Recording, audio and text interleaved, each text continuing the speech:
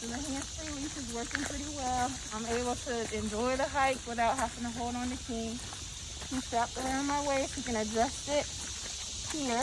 And I have extra security with these two clips here. And then I can hold him. And it has a secure cushion for me to hold him if I need to hold him a little bit closer. And then even closer than that, I have this one right here. So I will use a harness with it just to protect his neck, but we're both happy campers. 2 palms up. Hi. So cute. It's Sheba, right? Yeah. Good boy, team. Okay.